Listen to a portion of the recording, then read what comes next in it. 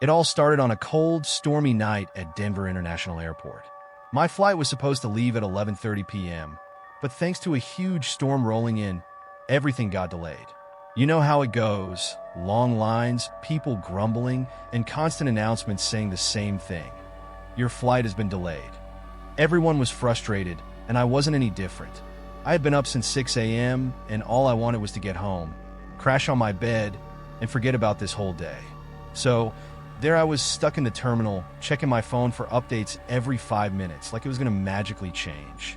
The rain was pouring down outside, and the wind was howling so loud you could hear it through the thick airport windows. Inside, it was this weird combination of chaos and quiet. People were either pacing back and forth on their phones, trying to find another flight, or sprawled out on the uncomfortable seats, trying to catch some sleep. After wandering around the terminal, I found a spot near a charging station and sat down. My phone was dying, and I figured I might as well juice it up while I waited. The place was packed, but even with all the people around, it felt strangely empty, like no one really wanted to be there, and everyone was just waiting for an excuse to leave. That's when I noticed him. He was sitting a few rows ahead of me, facing the windows. At first glance, he looked like just another tired traveler. But something about him caught my eye. He was an older man, maybe in his late 60s or early 70s, and he was wearing this old, faded trench coat. The kind you don't really see anymore, like something straight out of an old detective movie. It was way too formal for an airport, especially at this hour. I remember thinking it was odd, but hey, people wear weird stuff when they travel. What really struck me, though, was that he wasn't moving at all. He was sitting perfectly still, like a statue, staring straight ahead at the storm outside. Most people around were on their phones, or at least shifting around in their seats, trying to get comfortable. But not him. It was like he wasn't even aware of the chaos happening around him. I tried to focus on my phone, scrolling through social media to pass the time, but my eyes kept drifting back to him. Something about the way he just sat there felt wrong. I don't know why, but it made me uneasy. I brushed it off, telling myself I was just tired and overthinking things. I mean, it's an airport. People are weird all the time, right? But the longer I sat there, the more I noticed little things that didn't add up. For one, no one else seemed to be paying attention to him. It was like he didn't exist to them. People walked by, talked, sat near him, but no one looked directly at him. And then there was the luggage. He had this old, beat-up suitcase sitting next to him, the kind with worn leather straps and rusted buckles. It looked completely out of place, like it belonged in a different era. I started to feel this strange sense of dread creeping up my spine. Something about this guy wasn't right, but I couldn't figure out what. Maybe it was the way the storm outside seemed to mirror the tension I was feeling inside. Or maybe it was just the weird energy in the airport that night. Either way, I couldn't shake the feeling that there was more to this old man than met the eye. I tried to ignore it, but as the minutes dragged on, the uneasiness only got worse. There was this low hum of anxiety in the air, and it felt like something was building up, like the storm outside wasn't the only thing about to break. Time seemed to stretch on forever as I sat there, watching the storm pound against the airport windows. People were still coming and going, either trying to find out if their flight was ever going to take off, or simply pacing around to burn off the frustration of being stuck. But that old man? He didn't budge. Not an inch. At first, I didn't think much of it. Maybe he was just one of those guys who could zone out for hours, lost in his own thoughts. But as the hours ticked by, it started to get creepy. He didn't shift, didn't check his phone, didn't even glance at the massive departure board that everyone else kept obsessively checking. He just sat there, hands resting on his knees, staring straight ahead at the storm outside. The weirdest part? His face. Even from where I was sitting, I could tell something was off. His expression never changed. Not once. No irritation, no boredom, no nothing. Just a blank, distant look, like he wasn't really there at all. It reminded me of a mannequin or one of those wax figures at a museum. Too still to be real. As more time passed, I couldn't help but keep sneaking glances at him. There was something about his stillness that pulled my attention, like when you see something out of place and your brain can't stop fixating on it. The people around him kept moving, shuffling in their seats, chatting on their phones, some even snoring loudly as they slept. But he sat completely motionless, like he was frozen in time. That's when things started getting even weirder. After maybe an hour of watching him, on and off, mind you, I wasn't just staring like a creep. I realized something strange. It felt like no matter how much time passed, he was always in the same spot. But here's the thing. Every time I looked up, he seemed farther away. Not a lot, just a little bit. It didn't make sense. He was sitting in the same row of chairs, but I swear, it felt like the distance between us was growing, even though neither of us had moved. At first, I thought maybe it was just my imagination. The airport was big, and with all the weird lighting and shadows from the storm, maybe my eyes were playing tricks on me. But the more I watched, the more certain I became. The old man was somehow getting farther away, without moving an inch. I tried to distract myself, scrolling through my phone, watching random videos, anything to shake the feeling. But it was useless. Every few minutes, I'd glance up, and there he'd be, sitting there, as still as ever, but just a bit farther back. It was like I was in some kind of dream where space and time didn't work the way they were supposed to. I even checked the seats around me, looking for some kind of marker to prove to myself that I wasn't losing it, but everything seemed normal, except for him. Then, as if things weren't already weird enough, the lights in the terminal flickered. It was just for a second, a brief flash, but it was enough to send a jolt of panic through the room. A couple of people gasped, others grumbled under their breath, but the power didn't go out completely. Still, it was enough to make me feel even more on edge. It was like the airport itself was reacting to something, some kind of shift in the air that I couldn't explain. And yet, through all of this, the old man didn't move. Not a flinch. It was like he didn't even notice. By now, I was starting to feel real uneasy. It wasn't just that he wasn't moving. People zone out all the time, especially in airports where time seems to lose all meaning. No, it was something more. Something I couldn't quite put my finger on, but it was gnawing at me. Like I was missing a crucial piece of the puzzle. I decided I needed to get up, stretch my legs, maybe grab a coffee or something just to shake off the weirdness. As I stood, I glanced over at him one last time, and that's when it hit me. His reflection. The massive windows behind him were covered in rain, but you could still see the faint reflections of the people sitting near them. You know, those blurry, distorted shapes you get when it's dark outside and the lights are on inside. Everyone else had a reflection, even me, when I passed by the glass earlier. But him? There was nothing. I blinked, rubbed my eyes, even leaned to the side to get a better angle. But no matter how I looked at it, the result was the same. The old man was sitting in front of the window, plain as day, but there was no reflection of him in the glass. A chill crawled down my spine. I suddenly didn't want to get coffee anymore. I didn't want to move at all. All I wanted to do was keep watching him, waiting for him to do something, anything. But he didn't. I sat back down, my heart racing, trying to make sense of what I'd just seen or hadn't seen. Was I imagining things? Was it the storm playing tricks on me? Maybe the glass was dirty or the angle was off. But deep down, I knew that wasn't it. Something wasn't right. And I had this sinking feeling that whatever was going on, it was only just beginning. By the time I got up to grab that coffee, my head was spinning. I needed to clear my mind, convince myself that I wasn't losing it. Maybe the lack of sleep, the storm, and the overall weird vibe of the airport was just messing with me. It had to be something normal, right? So I figured a little walk and some caffeine would help calm my nerves. I wandered over to the small cafe that was still open. It was one of those 24-hour spots that stays running just in case someone like me needs a late-night jolt of energy. The storm outside was still raging, and I could hear the wind whipping around as I stood in line. A few passengers grumbled to each other about the delays, but most people looked as exhausted as I felt. I was hoping the strong smell of coffee would ground me, bring me back to reality. As I waited for my order, I couldn't shake the image of that old man from my head.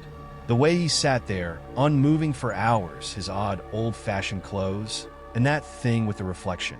No reflection. I'd never seen anything like it. And his suitcase. Why was it just sitting there next to him the whole time? Once I got my coffee, I started walking back toward my seat, determined to convince myself that everything was fine. It was just a weird night, that's all. But as I got closer, my stomach dropped. He was gone. The old man's seat was completely empty. His suitcase, that beat-up, vintage-looking thing, was still there, sitting right where it had been, but the man himself had vanished. I stopped in my tracks, just standing there in the middle of the terminal, clutching my coffee like it was some kind of lifeline. My eyes scanned the rows of seats, the people milling about, the sleeping passengers slumped over their luggage. But no matter how hard I looked, the old man wasn't there. I started to panic. I mean, he had been sitting there for hours, not moving, not blinking, just staring at the storm. How could he have gotten up and left without me noticing? I had only been gone for maybe 10 minutes tops. He couldn't have just disappeared into thin air, right? My mind raced with explanations. Maybe he'd gone to the bathroom or to check on his flight. Yet that had to be it. Maybe I was making too big a deal out of all this. He was just an old man after all. But if that was the case, why did he leave his suitcase? That's when I noticed something else that made my skin crawl. The suitcase wasn't just sitting there anymore. It had moved, just slightly, but enough that it caught my attention. It was now leaning up against the leg of the chair, as if someone had shifted it when they stood up. But here's the thing. When I left to get my coffee, the suitcase had been sitting perfectly upright, not touching the chair at all. I was sure of it. I felt a cold shiver run down my spine. The air around me suddenly felt heavy, like the pressure had dropped, and I could feel the hairs on the back of my neck standing up. I don't know why, but everything in my body was telling me that something was very, very wrong. I took a few cautious steps toward the empty chair, my eyes locked on the suitcase. The storm outside roared louder, the wind howling against the windows like it was trying to get in. The terminal was quieter now, most people either asleep or too absorbed in their own frustrations to notice what I was doing.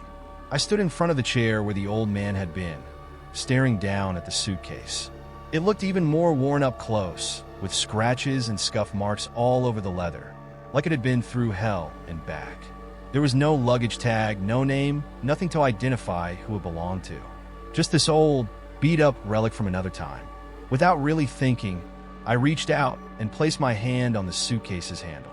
The leather was cold, colder than it should have been for being inside a warm terminal. My hand hesitated on the handle, a part of me screaming that I shouldn't be doing this, that I should just leave it alone. But curiosity got the better of me. Slowly, I unlatched the rusty buckles, feeling the metal creak under the pressure. My heart was pounding in my chest, and every instinct told me to stop, to put the suitcase down and walk away. But I didn't listen. I opened it. It was empty. I let out a breath I didn't realize I'd been holding. Completely empty. No clothes, no papers, no personal items, nothing. Just the dark, worn interior of the suitcase, like it hadn't been used in decades. I stared at it for a moment, waiting for something to make sense, but nothing did. Why would he leave an empty suitcase behind? And where the hell had he gone? I snapped the suitcase shut and took a step back, feeling a wave of confusion and fear wash over me. That's when I noticed something that made my blood run cold. The old man was back, but he wasn't sitting in the same place. He was sitting across from me now, a few rows down, watching me. His eyes were locked on mine, unblinking, and his face was completely emotionless. I couldn't tell if he was angry or if he was just observing, but there was something deeply unsettling about the way he was staring at me, like I had done something I wasn't supposed to. My heart felt like it was going to explode out of my chest. I didn't know what to do. Should I confront him? Run? Ask someone else if they saw what I was seeing? Before I could make a decision, a wave of cold air hit me out of nowhere.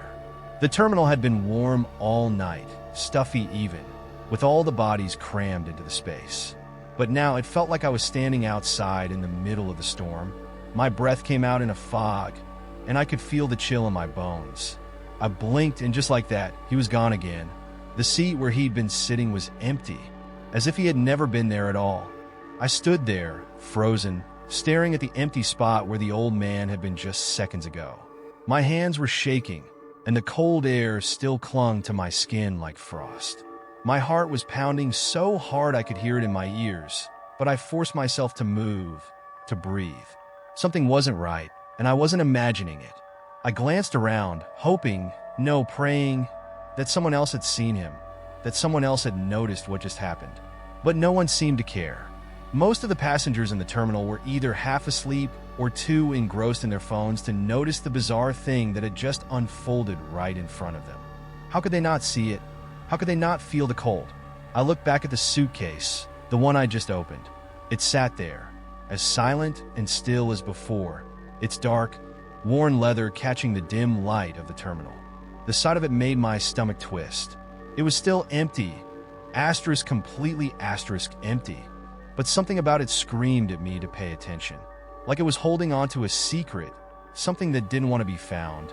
I thought about just leaving it, walking away, and pretending none of this had ever happened. But I couldn't. Something was pulling me toward it, like a magnet, like it needed to be solved, like it was part of whatever was going on with that old man. Without thinking much about the consequences, I knelt down next to the suitcase, glancing around one more time to make sure no one was watching me.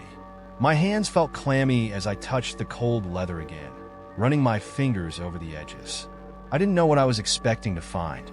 Maybe a hidden compartment, some clue that would explain what was going on, something that would make sense of all this. But as I inspected the suitcase more closely, I realized something even weirder. It wasn't just old. It was ancient. The seams were fraying, the stitching was coming undone, and the leather itself looked like it had been through decades of wear and tear. Yet, for some reason, it felt wrong. Not just old, wrong like it didn't belong here. Like it had been sitting in that airport, in that exact spot for years, untouched, waiting for someone to notice. I swallowed hard and decided to check the inside again. Maybe I'd missed something the first time, something hidden in the lining or tucked away in a secret pocket.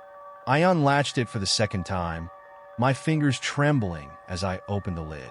Once again, it stared back at me empty, nothing but the dark, worn-out fabric lining the inside. But then I noticed something I hadn't before. There were faint stains on the fabric, barely visible in the low light of the terminal. They looked like old watermarks, as if something had spilled in the suitcase a long time ago and left behind a trace. I leaned closer, inspecting them, when I realized that they weren't just random stains. No, they seemed to form a pattern, a vague shape that sent a chill down my spine. It was the outline of a hand. I jerked back, heart racing. It was faint, but it was definitely there.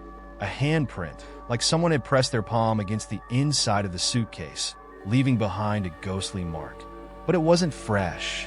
It looked old, as if it had been there for years, imprinted into the fabric and forgotten. I scrambled to my feet, suddenly feeling sick. My mind raced with questions. Who had left that handprint? And why? Was it the old man? Someone else? My heart was thumping in my chest, and I knew, without a doubt, that this suitcase wasn't just some random piece of luggage. There was a story here, something dark, something I didn't want to get any deeper into. I snapped the suitcase shut and backed away from it. I didn't want to touch it anymore. I didn't want to be anywhere near it. But then, out of the corner of my eye, I saw something that made my blood run cold again. The old man was back. This time, he wasn't sitting. He was standing just a few feet away from me, by one of the massive windows that overlooked the runway. His back was to me, and he was staring outside, his figure silhouetted by the flashes of lightning from the storm. He looked the same as before, same trench coat, same hunched posture. But there was something different now, something even more unsettling. He wasn't just standing there. He was swaying ever so slightly, like he was struggling to keep his balance, or like he was being pulled by some invisible force. His head was tilted to the side, and his hand was resting against the glass, leaving a misty print from the cold. I could see the condensation forming on the window where his breath hit it, fogging up the glass in irregular patterns. For a brief second, I thought about calling out to him, asking him who he was, what he was doing, why he had left his suitcase behind. But the words died in my throat. Something deep inside me screamed that I shouldn't get any closer, that I shouldn't say a word. And then, just as suddenly as he had appeared, he was gone. 1 second he was there, standing at the window, and the next he wasn't. No flash of movement, no sound. Just gone, like he had vanished into thin air. I stumbled back, nearly tripping over the chair behind me. My chest felt tight, and I was gasping for air. This wasn't normal. This wasn't just some old guy waiting for a flight. Something else was going on, something I couldn't explain, and it was getting more terrifying by the second. I forced myself to look around to see if anyone else had noticed him this time. Surely someone had seen it, right? But again, the terminal was oblivious. People were still minding their own business, totally unaware of the strange, eerie events unfolding around them. My eyes darted back to the suitcase. It still sat there, untouched, waiting. But now it felt like more than just an abandoned piece of luggage. It felt like it was tied to him, like it was a part of whatever or whoever he was. I didn't know what to do. Part of me wanted to leave the terminal entirely, to run outside and catch a cab, storm or no storm, just to get away from this place. But something kept me there. Maybe it was curiosity. Maybe it was fear. Maybe it was some twisted sense of responsibility to figure out what was really going on. But one thing was certain. The old man wasn't just some tired traveler. He was something else, something that didn't belong in this world. And whatever he was looking for, I had the sinking feeling it had something to do with that suitcase. I just wasn't sure. I wanted to find out what. I stood there, my heart still racing, trying to wrap my head around what I'd just witnessed. The old man had vanished again. No sound, no footsteps, just gone. My hands were shaking, and I realized I was still clutching my coffee cup, the warmth from it almost completely gone. But the strangest thing? It was cold. Freezing cold.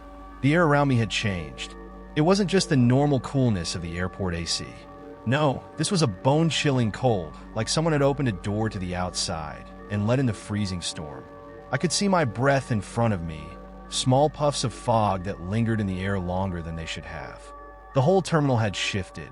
What was once stuffy and crowded now felt abandoned and hollow, like I was standing in a forgotten space, one that didn't belong in the present moment.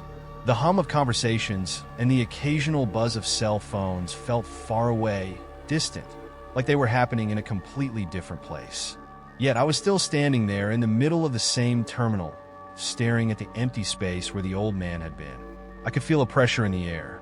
It was heavy like the air before a massive thunderstorm, thick with the feeling that something was coming, something I couldn't stop even if I wanted to. My mind raced, trying to piece together what was happening. Was this some kind of nightmare? Was I hallucinating from exhaustion? Or was there something truly wrong with this place? My eyes drifted back to the suitcase. It sat there, ominous and out of place, like a relic from another world, untouched by time. The sight of it sent another chill through me. That handprint inside, the ghostly outline, kept flashing in my mind. It was like someone had been trapped inside that suitcase, like they had left a part of themselves behind, trying to escape. I stepped back, trying to put distance between me and the suitcase, trying to shake off the creeping dread that was now wrapping itself around me like a fog. But no matter how far I moved, the cold followed me. It was like the air itself was alive, closing in on me, pulling me back toward that spot. That's when I saw him again. Out of the corner of my eye, there was movement. My body stiffened, my muscles locked in place as I turned to look. He was there, asterisk the old man's star. But this time, he wasn't sitting or standing. He was walking, slow, deliberate steps, like he was gliding just above the ground, his feet barely making a sound as they touched the floor.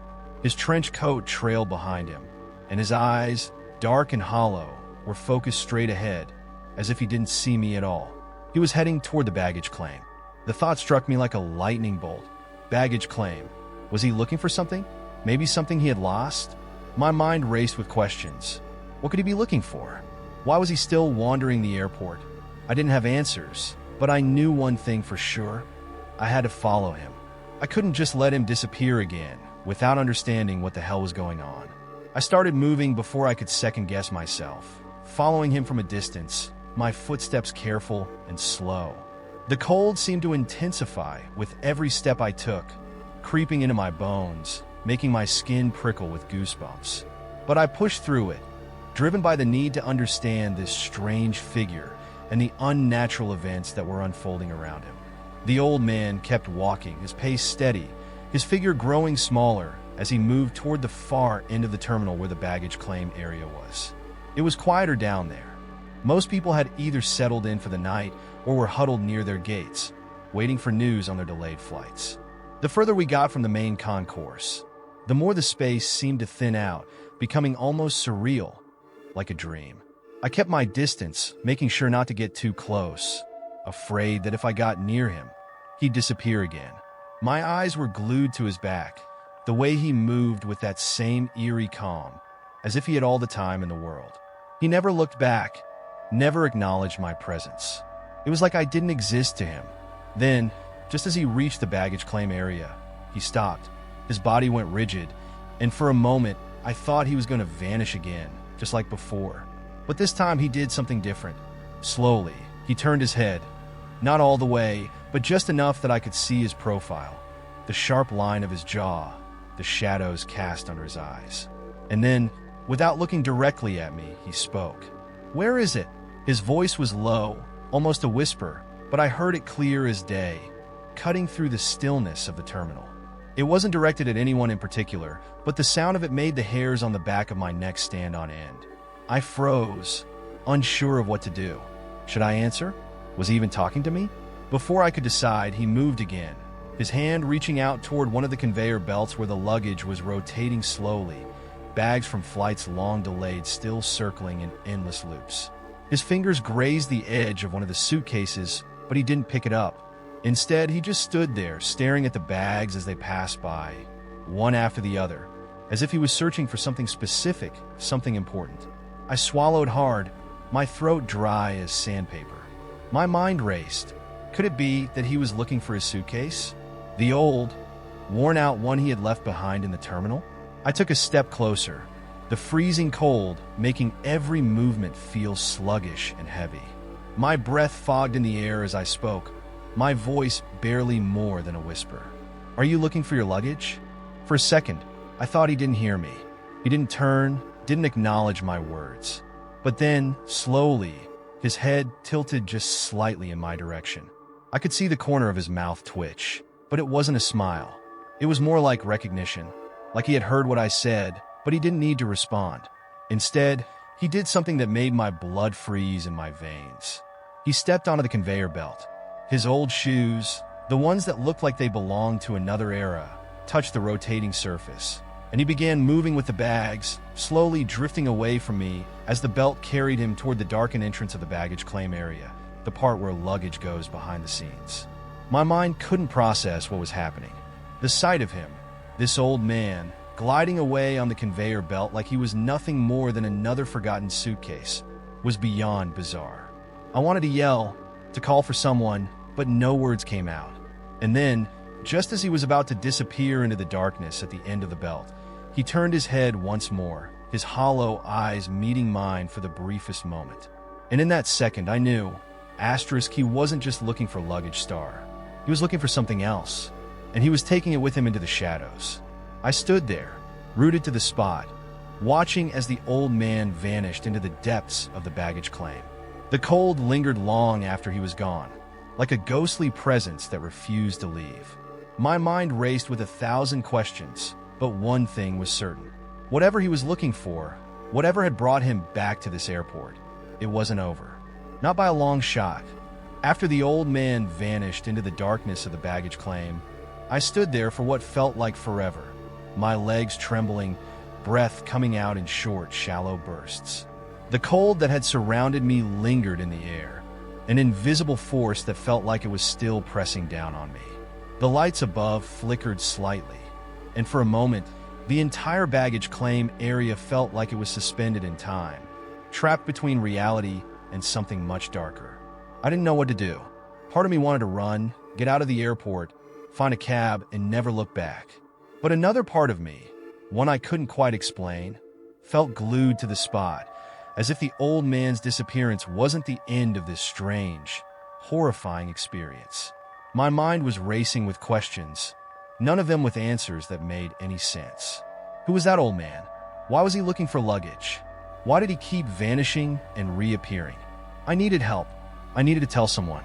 Surely, there was an explanation for all of this. Maybe I was tired. Maybe the storm outside was messing with my head. I just needed someone to explain it to me, someone who could reassure me that I hadn't completely lost my mind. With shaky legs, I walked back toward the main terminal, each step feeling heavier than the last. My breath still came out in cold puffs, But the temperature around me had started to rise again, like the normal warmth of the airport was slowly returning, now that the old man was gone. I spotted a few airport staff members near the help desk, the bright fluorescent lights above them, making the scene look almost normal, almost. The woman behind the counter was tapping away at a keyboard, her expression flat and bored, like she'd been dealing with angry passengers all night. I forced myself to walk up to her, even though every instinct told me that what I was about to say would make me sound insane. But I couldn't keep it to myself anymore. I had to know if anyone else had seen him. "Excuse me," I said, my voice shaking more than I wanted it to. I think I just saw something really strange. There was this old man, and she barely looked up from her computer, giving me the tired, practiced look of someone who's heard it all before. "If you're having trouble with your flight, I can help you rebook. The storm's causing a lot of delays, but..." "No, it's not about the flight," I interrupted, feeling the anxiety bubbling up inside me. "It's about this old man. He's been sitting in the terminal for hours, but then he disappeared. Like literally disappeared. In his luggage, there was something wrong with it, something off." Her expression shifted slightly, but not in the way I expected. She didn't seem confused or even surprised. Instead, she just stared at me, her face a little paler now, her lips pressing together in a thin line. "What did you say?" she asked, her voice quieter now. I swallowed hard. There was this old man. He looked like he was from another time. Old clothes, beat-up suitcase. And then he was just gone. And it wasn't the first time. He keeps showing up and then disappearing. I don't know how to explain it, but I swear I saw him. And he was looking for something in the baggage claim. For a moment, she didn't say anything. Her eyes flickered toward the other staff members nearby. But they were busy talking to passengers, none of them paying attention to our conversation. Then she leaned in slightly, her voice barely above a whisper. "You saw him too?" I blinked, not sure if I had heard her correctly. "What?" She glanced around again, then back at me. Her hands were gripping the edge of the counter now, her knuckles white. "You're not the first person to see him. There have been reports. People have been talking about him for years, but no one believes them. He only shows up when there's a storm." My heart was pounding in my chest. "Who is he? What is he?" She took a deep breath, looking uneasy. "I don't know. No one knows. The first time anyone saw him was decades ago, back in the 70s, I think. There was this huge storm just like tonight, and a flight got canceled. One of the passengers, a man, an older man, missed the announcement. He didn't know the flight was canceled until it was too late. He waited for hours, even after everyone else had left, hoping they'd let him on a plane. But the storm never cleared, and he never left. I felt a shiver crawl up my spine. What happened to him? They found him the next morning, still sitting in one of the chairs by the window. Heart attack, or maybe something else. No one was really sure. But after that, people started seeing him. Every few years, whenever there's a storm, passengers report seeing an old man, sitting alone, carrying an old suitcase. He just sits there waiting. Some people say he's looking for something, but no one knows what. I could feel my pulse in my ears now, my mouth dry as I tried to process what she was saying. But why does he keep coming back? The woman shook her head, looking just as confused as I felt. I don't know. Maybe he's stuck, still trying to catch that flight. Maybe he's searching for something he lost. All I know is every time someone sees him, it means the storm is going to get worse. And he always disappears before it's over. I stared at her, my mind racing. Was this really happening? Was this some kind of ghost, trapped in the airport, endlessly waiting for a flight that would never come? It sounded impossible, ridiculous even, but everything I had seen, everything I had felt, told me it was real. The cold, the way he moved, the way he vanished without a trace. I saw him go to the baggage claim. I said, my voice barely a whisper. He was looking for something. She paled even more. The baggage claim? That's where they took his suitcase, the one he had when he died. They never found out what was inside. It just disappeared. The pieces were falling into place, but none of it made sense. The suitcase, the old man, the storm. They were all connected, but I couldn't figure out how.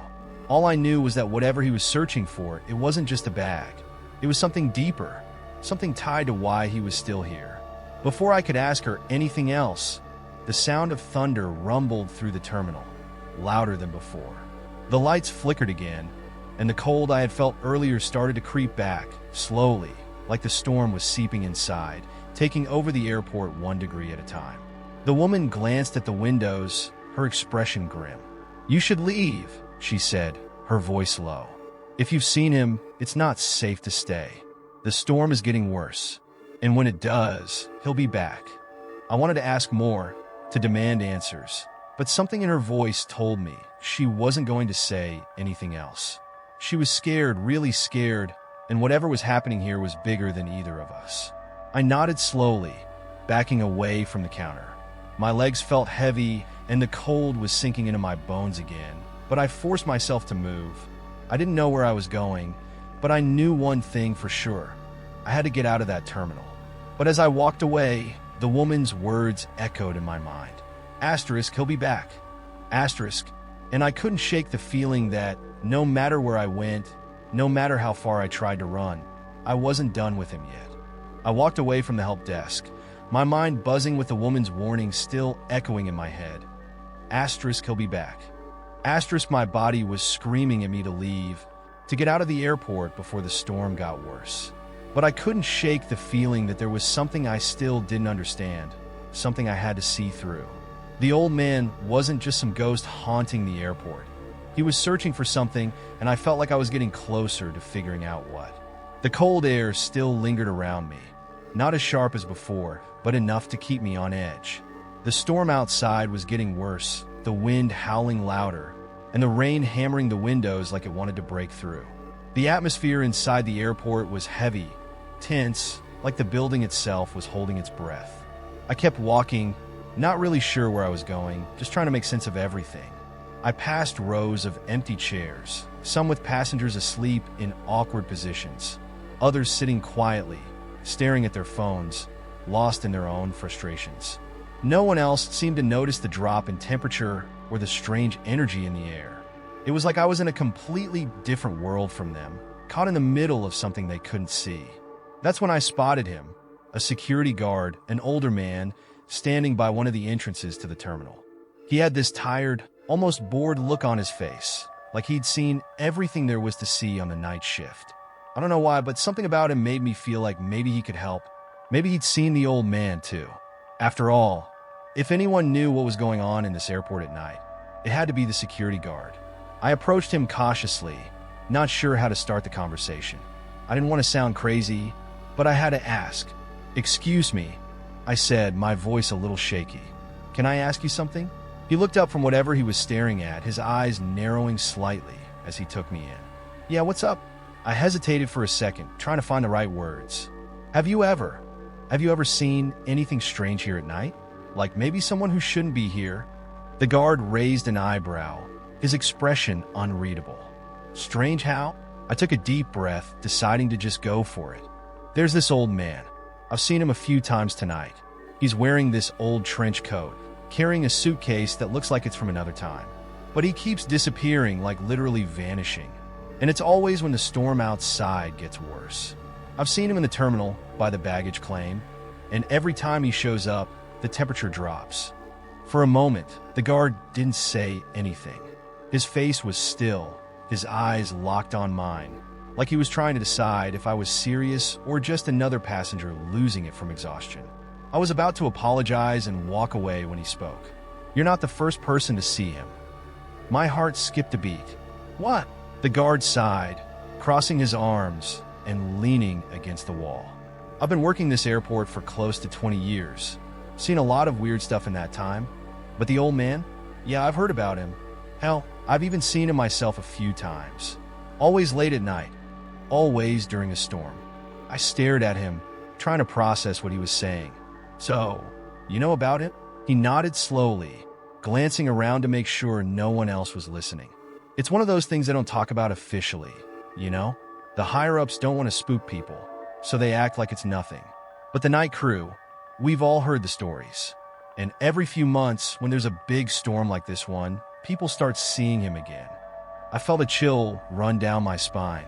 "Who is he?" The guard shrugged, his face grim. "No one knows for sure. But the story goes, back in the early 70s, there was a guy who missed his flight because of a snowstorm. He waited for hours, but the flight never left.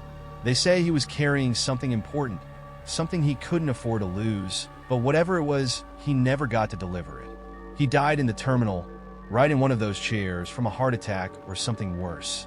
Since then, he's been showing up, waiting for a flight that'll never come. I shivered, my thoughts racing. But why does he keep showing up? And why is he looking for his luggage? The guard's eyes darkened a bit, like he was remembering something that had been haunting him for a long time. I've heard different things. Some say he's stuck here, trapped in the airport because he never made his flight. Others think he's looking for what he lost, whatever was in that suitcase of his. But there's one thing I know for sure. Whenever people see him, something bad happens. My heart pounded harder. What do you mean? The guard leaned in closer, his voice low. Accidents. Weird stuff. A few years back, there was a guy who swore he saw the old man in the middle of the night. He went to tell one of the attendants, but before he could, he slipped on the escalator and broke his leg. Then a while ago, someone else claimed they saw him by the baggage claim. That same night, the luggage conveyor system broke down and bags were lost for days. It's like every time he shows up, something goes wrong. It's like the airport itself is reacting to him. I swallowed hard, my mouth dry. But why does he come back? What does he want? The guard sighed again, rubbing his hand over his face. That's the million-dollar question, isn't it? No one knows. Some people think he's looking for his lost suitcase, the one they never found after he died. Others think he's trying to catch a flight that's never going to leave. But whatever it is, he's still here. And every time there's a storm, he comes back. I felt a knot forming in my stomach. The guard had confirmed what the woman at the help desk had told me. This wasn't just some random ghost sighting. The old man was part of the airport, tied to it in some way that no one could explain. And now that I'd seen him, I felt like I was part of it too. I looked back at the storm raging outside, the wind howling against the glass, the lights flickering again like they were struggling to stay on. The temperature was dropping again, that familiar cold creeping into my bones, and I knew what was coming. The guard must have noticed the look on my face because he straightened up, his eyes serious. Listen, kid, if you've seen him, you need to be careful. The storm's getting worse, and that means he's probably going to show up again. You don't want to get too close to him, understand? People who get too close to him, well, they don't usually end up in a good place. I nodded, my mouth dry. What should I do? The guard looked at me for a long moment, his eyes narrowing as if he was weighing something in his mind. Then he finally said, "Get out of the airport. Take a cab, find a hotel. Whatever you need to do, just don't stick around. The longer you stay, the more likely you are to see him again. And trust me, you don't want to be here when he finds whatever he's looking for." I wanted to thank him, but my words were caught in my throat. I turned to leave, feeling the urge to run, to get out of the airport as fast as I could. But as I took a step toward the exit, the cold hit me again, sharper this time, like a warning. I stopped in my tracks, my heart pounding, and before I could move, I saw him. The old man was back, standing at the far end of the terminal, near the windows where the storm raged outside. His trench coat was soaked, dripping water onto the floor, but his face was as still as ever, eyes locked on something I couldn't see. His suitcase was back, sitting by his feet like it had never left. And this time I knew he was closer than ever. Whatever he was looking for, he wasn't done yet, and neither was I. The cold seemed to settle deeper into my bones as I stood there, staring at the old man across the terminal. His figure was barely visible through the flickering lights, but I could see enough to know that he wasn't just a figment of my imagination. He was real, too real, and he was looking for something. The security guard's warning echoed in my mind. Asterisk, you don't want to get too close to him. Asterisk, but now, there was no turning back. The airport felt like it had become a completely different place, an eerie, otherworldly space where time moved differently. The storm outside seemed to have merged with the atmosphere inside, the howling wind pressing against the windows like it was trying to tear through the walls. Everything felt wrong, like the normal world had been replaced by something darker, more sinister. I looked at the old man again. He was standing completely still, his back to me, staring out the window at the raging storm. The wind was so fierce that the rain looked like it was being thrown sideways against the glass. His suitcase sat by his feet, the same old, beat-up leather case that had been haunting me since I first saw it. I had a sudden, overwhelming feeling that the suitcase was the key to everything, that whatever was inside, or whatever had been inside, was the reason he was still here, trapped in this endless loop of waiting and searching. I took a deep breath and forced myself to move, each step toward him feeling heavier, like I was walking through thick fog. My mind raced with questions. What was he searching for? Was it something in the suitcase? Or was it something deeper, something tied to why he couldn't leave this airport? I thought about what the security guard had said about accidents and strange occurrences happening every time someone saw the old man. Was that what was coming next? Would the storm get worse? Would the airport shut down completely? I reached the row of seats closest to the old man and stopped, my heart pounding in my chest. The cold around him was even worse up close, an unnatural chill that made the air feel like it was frozen solid. I could see my breath in front of me, little puffs of fog that hung in the air for far too long. The old man hadn't moved, hadn't turned to acknowledge me. He was still staring out the window, as if the storm held the answers to everything he was searching for. I didn't know what to say. I didn't even know if I should say anything. But something inside me was screaming that this was the moment, that if I wanted to understand what was happening, I had to confront him. I had to find out why he was here, why he kept showing up during these storms, and what he wanted. I swallowed hard, my throat dry, and forced the words out. What are you looking for? At first, I wasn't sure if he'd heard me. The howling wind outside seemed to drown out everything, making the terminal feel like it was trapped in a vacuum. But then, slowly, the old man turned his head, just enough for me to see the side of his face. His expression was still blank, his eyes distant, as if he wasn't really seeing me. But there was something there, something in the way his lips twitched, like he was trying to remember how to speak. For a long moment, there was silence. The storm roared outside, but inside, it was just me and him, standing in the cold, waiting. Then, finally, his voice came, low and raspy, like he hadn't spoken in years. I'm waiting. My heart skipped a beat. Waiting for what? His eyes drifted back to the storm, and for a moment, I thought he wouldn't answer. But then he spoke again, his voice barely above a whisper. For my flight. It's delayed. I felt a chill run down my spine, colder than the air around us. He didn't know that he was dead, that he had been waiting for a flight that would never come for decades. I remembered what the woman at the help desk had said about how the old man had died in the airport, waiting for a flight that got canceled during a storm. He was stuck here, still waiting, still thinking that any minute now his flight would be called. I swallowed hard, trying to find the right words. Your flight, it's not coming. It was canceled. A long time ago. He didn't react, didn't turn to look at me. His hands, which had been hanging loosely at his sides, tightened in a fist for a brief second, then relaxed again. No, he said softly, almost to himself. They said it was delayed. Just delayed. My heart ached for him, but I didn't know how to make him understand. He was trapped in the past, in that moment when he missed his flight, and no matter what I said, he wouldn't be able to accept that he was never going to leave this airport. But then I remembered something else the guard had told me, about the suitcase, about how they never found it after he died. Is it the suitcase? I asked, my voice trembling. Is that what you're waiting for? This time he turned his head a little more, his eyes meeting mine for the first time. They were dark and hollow, like they had seen too much, and yet there was a glimmer of something in them. Recognition, maybe. A flicker of memory. He looked down at the suitcase by his feet, his expression tightening for the briefest moment. The suitcase, he whispered. Yes, it's important. I have to keep it safe. What's inside? I asked, my pulse quickening. What's so important? He didn't answer right away. His eyes drifted back to the window, and for a long time, he said nothing. The wind outside rattled the glass, and the lights flickered again, casting strange shadows across his face. Then finally he spoke, his voice barely audible. Everything. That one word sent a chill down my spine. Everything.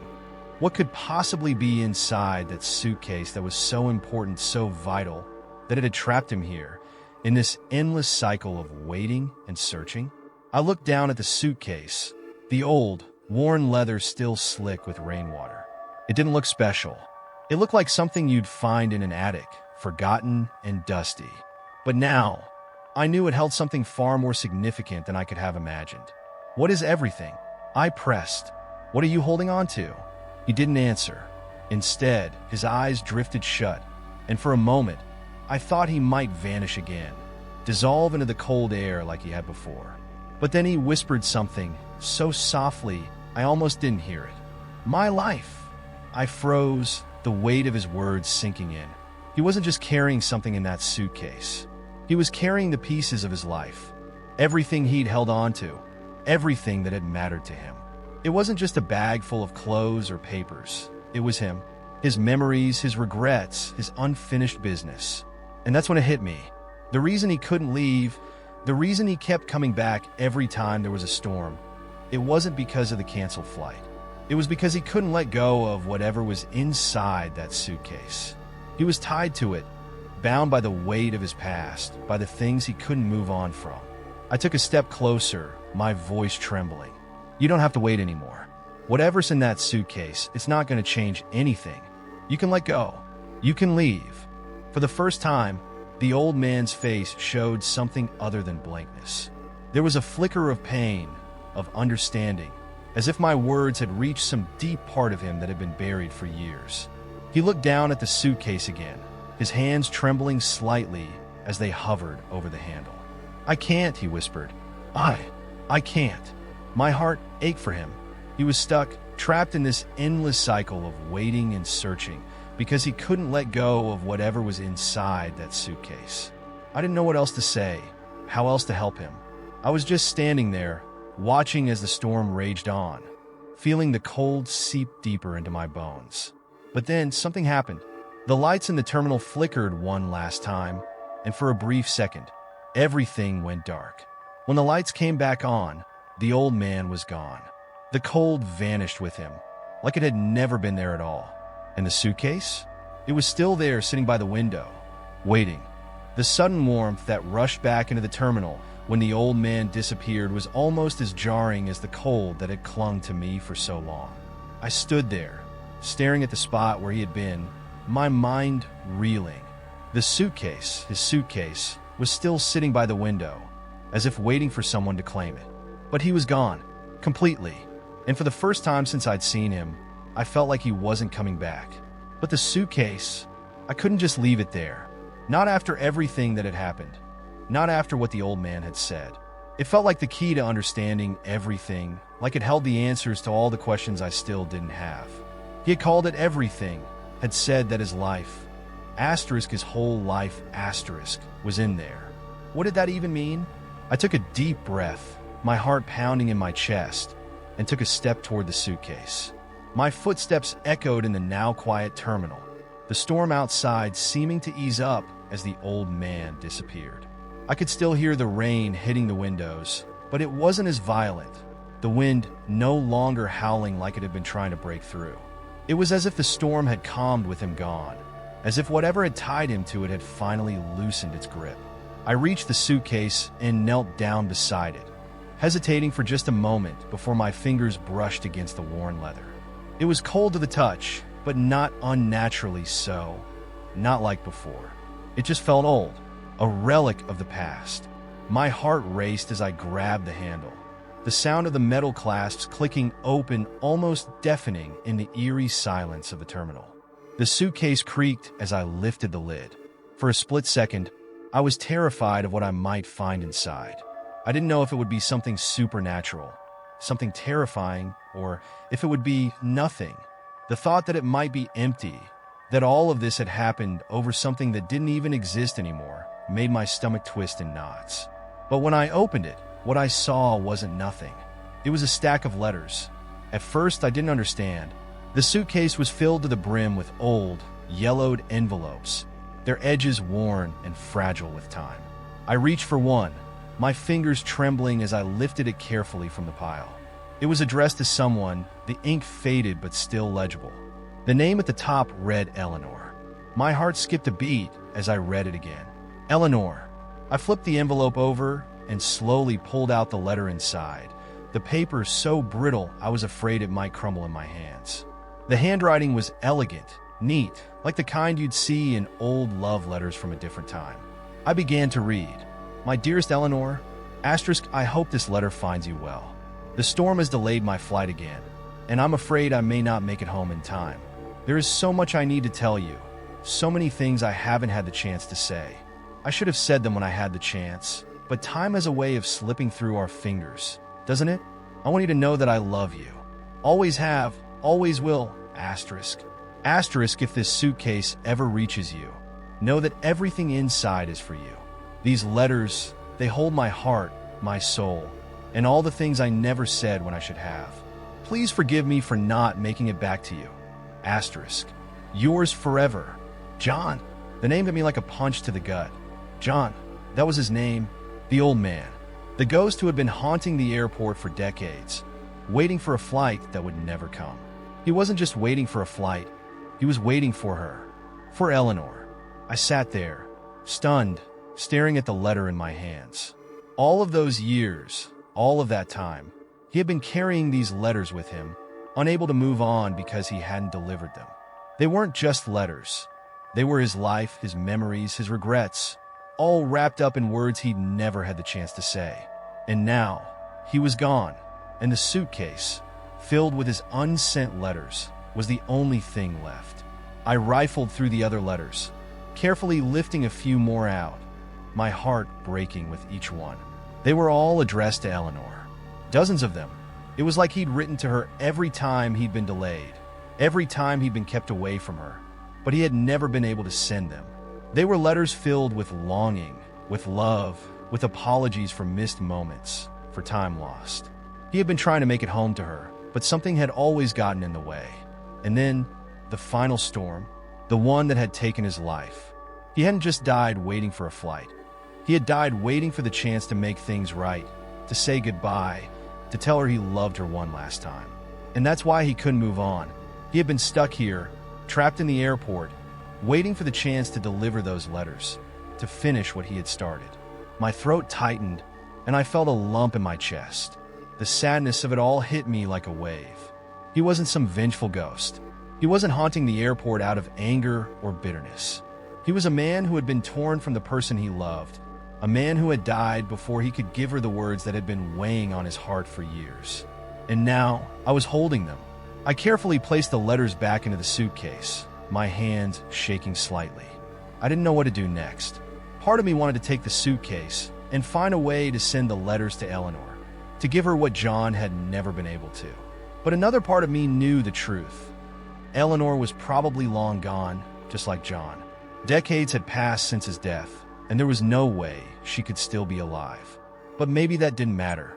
Maybe what mattered was that someone finally knew the truth, that someone had seen his story, had understood what he had been carrying with him all these years. I had seen him, I had heard his voice, and now I had read his words. Maybe that was enough. As I stood up, I glanced at the window again. The storm was still raging, but it was different now, quieter, less violent. The old man was gone, and with him, the strange cold that had haunted the terminal. The airport felt normal again, the hum of life slowly returning as passengers shuffled by, oblivious to what had just happened. I closed the suitcase gently and stood there for a moment, staring down at it. It was over. He had found peace in some way, and I had been a part of that. I didn't know what would happen to the suitcase. Maybe I would leave it here, in the airport, where it had always been. Maybe someone would find it one day, and maybe they would read the letters too. Or maybe it would stay lost like so many other forgotten pieces of luggage, hidden away in the corners of the airport, waiting for someone to notice. But one thing was certain. The old man, John, wasn't waiting anymore. He had moved on, finally free from the weight of his unfinished business. And as I walked away, the suitcase still sitting by the window, I knew that I would never forget him. The man who had waited for decades, not for a flight, but for the chance to say goodbye. He had found his peace, and maybe in some small way so had I.